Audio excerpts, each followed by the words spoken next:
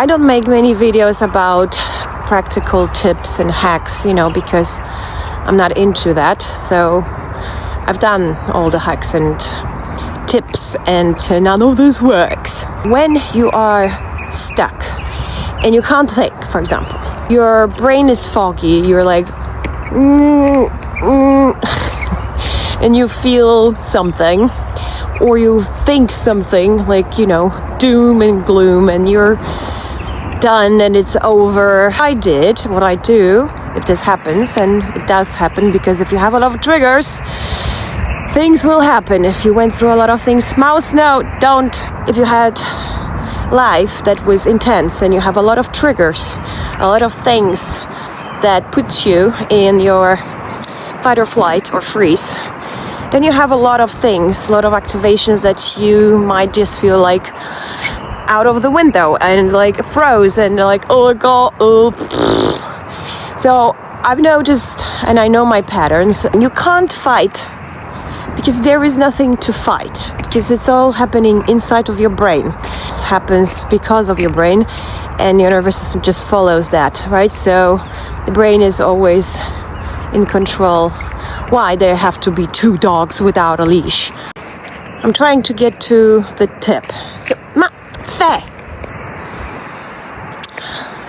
I'm so spiritual. You feel awful, absolutely awful, even like, really depressed, really anxious, really overwhelmed. You can't think your way out of it. You might have heard that, and that's so true, because your brain isn't working. It's triggered, meaning it is in that activating mode, like there is a threat, we have to do something, but we can't do anything, we have to freeze, let's fight, no, let's freeze, no, let's fight. Fireworks in your brain, and you sit there and you're like I mean, that's my face when this happens.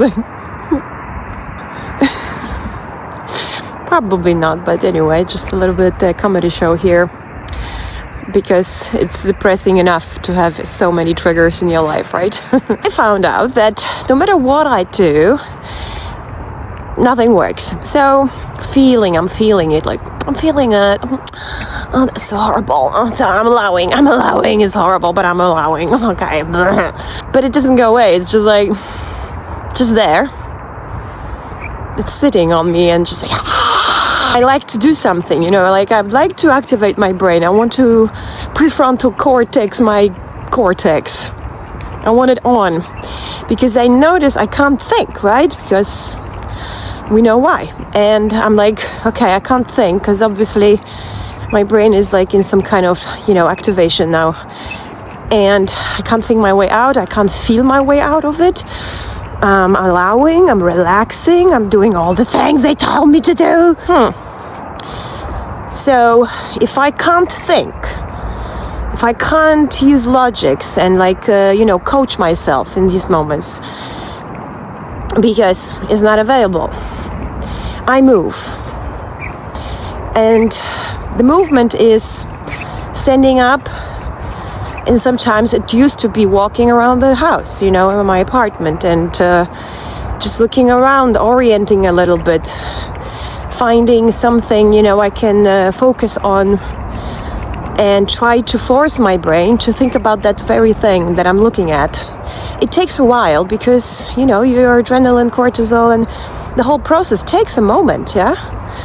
If you're not scared of it, if you already know that, okay, this is this activation, this is my brain being triggered, this is what's happening. So it's not me, it's just those parts of me are coming up, and like they feel really, really intense, right? So I can't think my way out of it, and I shouldn't think my way out of it, because my brain isn't working. So what else can I do? Because you always can do something. If you really know you've been through these things, there's always something you can do. Oh, there are swans. I'll show you in a minute. Two beautiful swans. It's a sign from the universe. I gotta meet my soulmate. Fight or flee? We are fleeing. We are now in the safety. Yes, we are safe. We are safe. What's this guy doing pictures of me? I don't like that. So I was kind of disturbed by a man, and we had a long talk about swans, and that they're 3 children were killed by dogs that were running free, and so he was a little bit concerned about my dog and that this one's ran away because I was walking. And eventually, this isn't the area for people to walk. Well, anyway, long conversation. I've learned something because there were some birds that I found here around the lake that were dead. And he's like, no, they were just starved and they were not sick, but yeah, they were just starving because of the snow and they died. So that's good to know, because I thought they were having some kind of disease, and my dog sniffs a lot, so I'm sharing this unimportant information with you. It's one of those guys who's like talking even though you're done a long time ago, but he said, that was such a nice conversation, don't you think? It's so nice when you talk to someone who understands, like, because your brain is, in that pattern of surviving or freezing. And then it's very hard to think, but you still can think because you're the observer. And so you're not really stuck, but it feels when you're activated like that, like you're really stuck. And you can easily fall into this dark pit when you sit in it too long. So if you allow properly, you relax, you feel it, you're like, okay,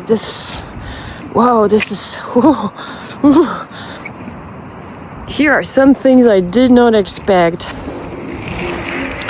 These are feelings I did not expect to feel. Like, what is that? That's like very dark, I've had these when I thought I'm dying, which has been about 100 times in the last 3 years.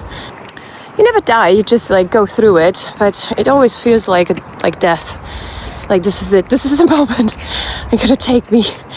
And sometimes you're like, finally, I'm ready. And sometimes you're like, no, I don't want to die. I've been healing for so many years. I want to live. I want to get better finally. Like, can we do better now? You have to use your brain just in another way. So you orient, for example, but you stand up. If you're freezing, if you're like immobilized and you feel like, that deer effect, come baby.